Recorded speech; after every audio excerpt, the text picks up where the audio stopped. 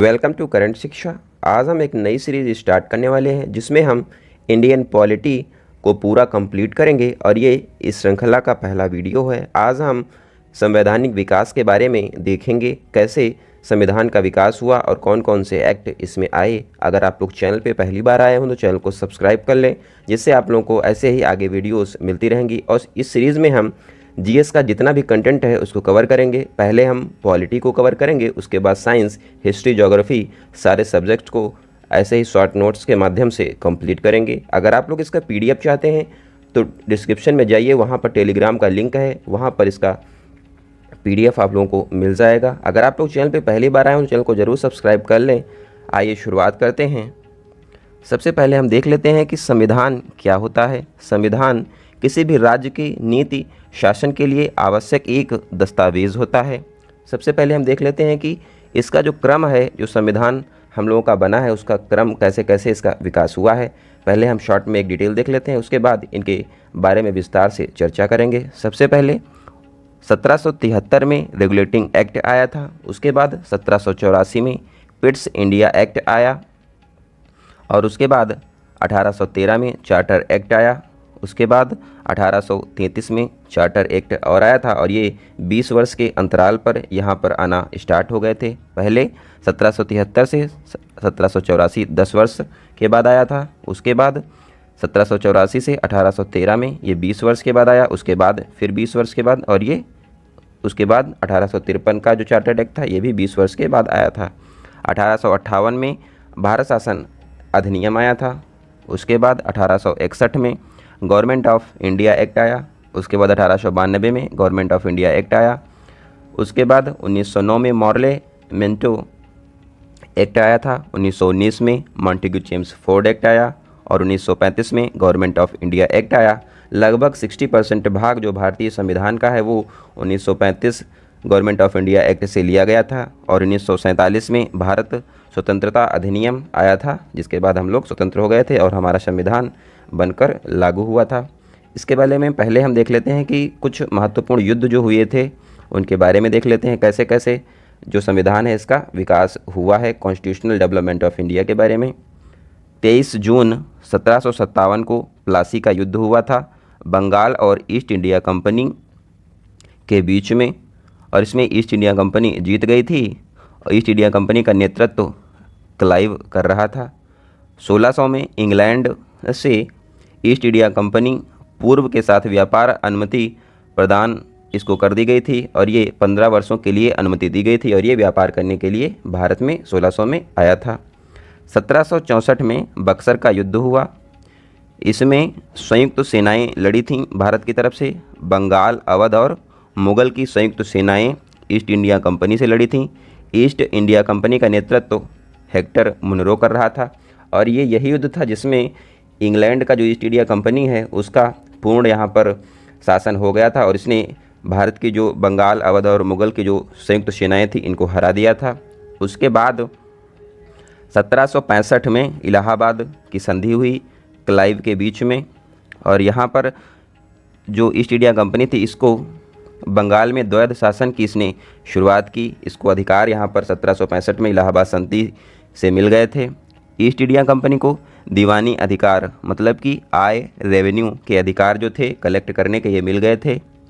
व्यय, सुरक्षा, स्वास्थ्य और शिक्षा का अधिकार नवाब के पास था।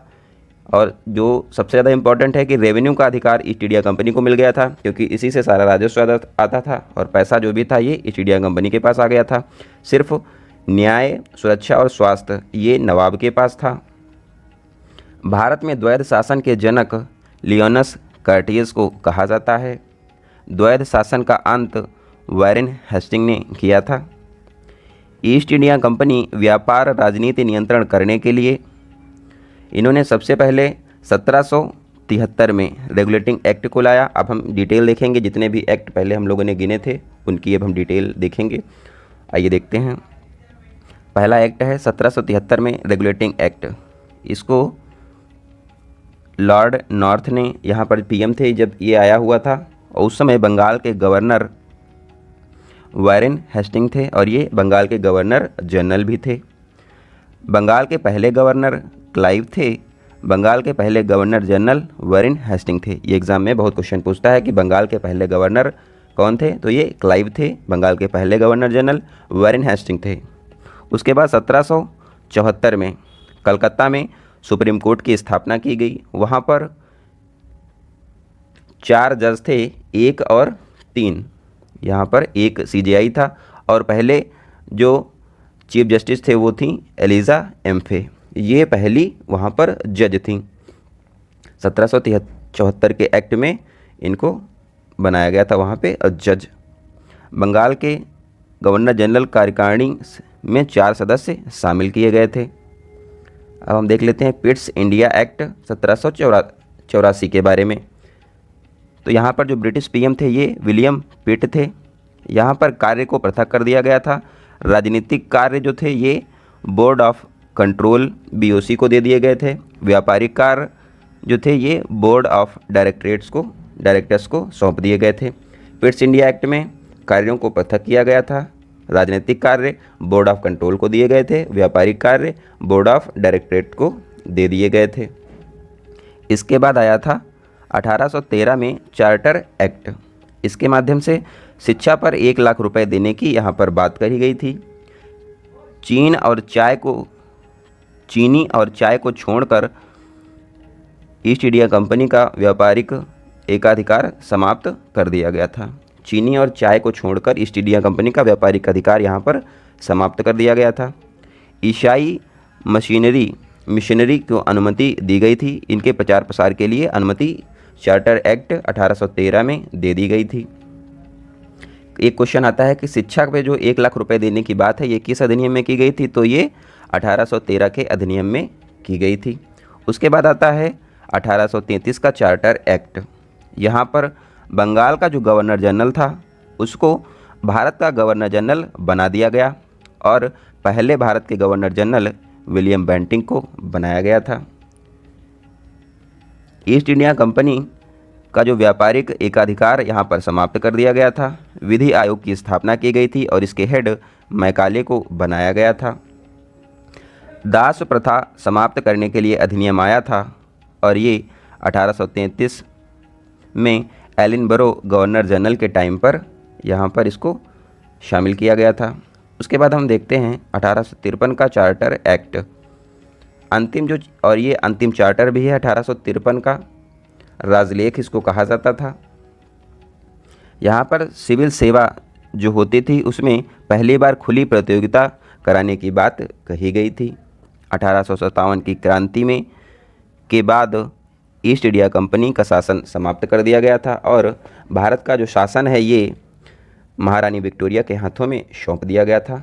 जो 1853 का जो एक्ट है ये लास्ट एक्ट था। इसके बाद भारत शासन अधिनियम आएगा क्योंकि भारत का जो अधिकार है इंग्लैंड की महारानी विक्टोरिया को दे दिया गया था। अब हम देख लेते हैं भारत शासन अधिनियम 1858 के बारे में। यहाँ पर महारानी विक्टोरिया को अधिकार दिए गए थे। इलाहाबाद घोषणा पत्र को कैनिंग ने 1 नवंबर 1858 को सुनाया था। ईस्ट इंडिया कंपनी का शासन समाप्त करके जो भारत का शासन है क्राउन के हाथों में दे दिया गया था। गवर्नर जनरल को अब वायसराय कहा गया और पहले वायसराय कैनिंग थे। भारत परिषद का गठन किया गया और इसमें 15 सदस्य थे। इसमें जो हेड थे ये भारत सचिव बनाए गए थे। मुगल सम्राट का पद समाप्त कर दिया गया था। तो ये बोर्ड ऑफ डायरेक्टर और बोर्ड ऑफ काउंसिल था, इसको भी समाप्त कर दिया गया था। यहाँ पे कुछ इंपॉर्टेंट पॉइंट्स है वो देख लेते हैं। बंगाल के पहले गवर्नर क्लाइव थे।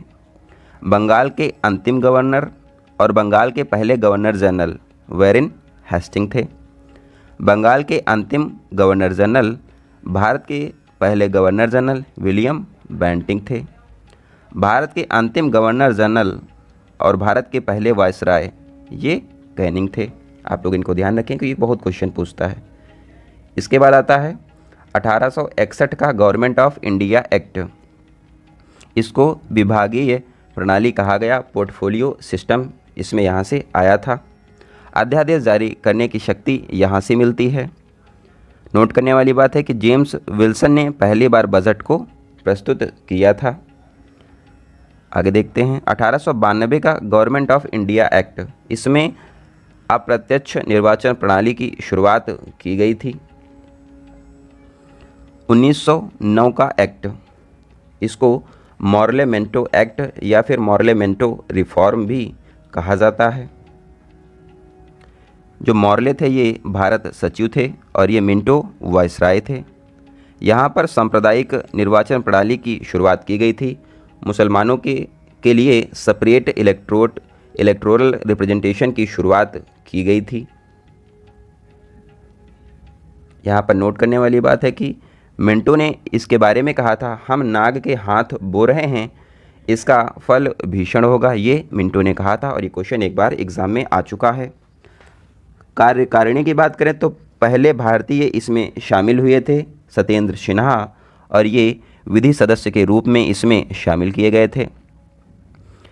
इसके तहत बजट पर प्रश्न पूछने का अधिकार भारतीयों को दिया गया था। गांधी जी ने यहाँ पर एक बात बोली थी, इन्होंने कहा था कि सर्वनाश करने वाला अधिनियम, इसको गांधी जी ने कहा था। 1909 के एक्ट को गांधी जी ने सर्वनाश करने वाला अधिनियम कहा था। अब हम आगे देखते हैं मॉन्टेग्यू चेम्सफोर्ड एक्ट या फिर गवर्नमेंट ऑफ इंडिया एक्ट 1919। जो मॉन्टेग्यू हैं ये भारत के सचिव थे, चेम्सफोर्ड भारत के वायसराय थे। इसके तहत प्रांतों में वैध शासन शुरू किया गया था। यहाँ पर विषय को दो भागों में बांटा गया था, आरक्षित रिजर्व्ड आय, हस्तांतरित या फिर ट्रांसफर्ड व्यय। कार्यकारिणी परिषद में राजस्व, वित्त और पुलिस को शामिल किया गया था। यहाँ पर मंत्री होता था। शिक्षा और स्वास्थ्य हस्तांतरित विषयों के अंतर्गत आते थे। आरक्षित में राजस्व, वित्त और पुलिस शामिल किए गए थे।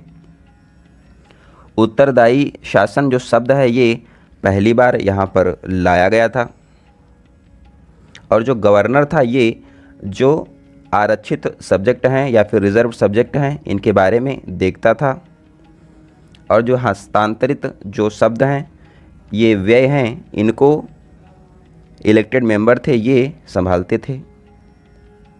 केंद्र में द्विसदनात्मक प्रणाली को लागू किया गया था। पहला था राज्य परिषद, काउंसिल ऑफ स्टेट्स, इसमें 60 सदस्य थे और ये 5 साल के लिए नियुक्त किए गए थे। दूसरा था केंद्रीय विधानसभा, सेंट्रल असेंबली, इसमें 145 सदस्य थे और ये 3 वर्षों के लिए बनाए गए थे। लोक सेवा आयोग के गठन की सिफारिश ली आयोग के आधार पर की गई थी। पीएसई के पहले अध्यक्ष, पब्लिक सर्विस कमीशन के पहले अध्यक्ष सर रोज बर्कर थे और ये 1926 में बनाया गया था। महिलाओं को यहाँ पर पहली बार वोट करने का अधिकार दिया गया था।